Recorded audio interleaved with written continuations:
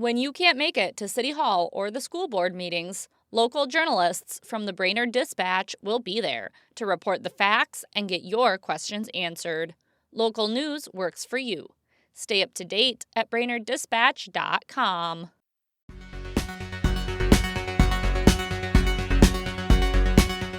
Good morning, Brainerd Lakes area.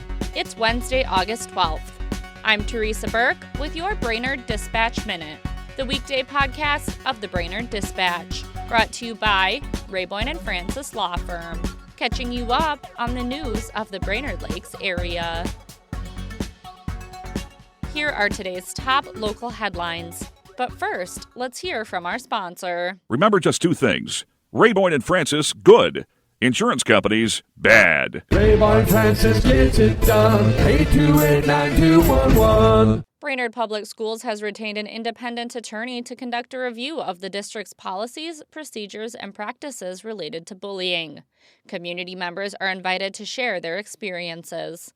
Superintendent Chip Rankin announced the move during a school board meeting this week. The review comes following the suicide deaths of two Forest View Middle School students over the summer. I've got the full story and details on how to participate in today's paper and at BrainerdDispatch.com. Tickets for the Minnesota Military and Veterans Museum Grand Opening Weekend are now available. The museum is located in Little Falls near Camp Ripley.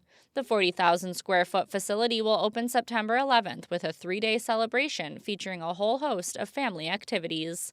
To read more about the museum and find out how to get tickets, grab a copy of today's dispatch. Crow Wing County commissioners were not in favor of jettisoning a water surface use ordinance section restricting the placement of docks that has been in effect for more than 25 years.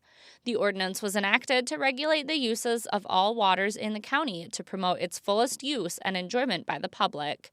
There are 50 to 60 violations a year with the dock section of the ordinance, and most of those are resolved with law enforcement going to speak with the neighbors.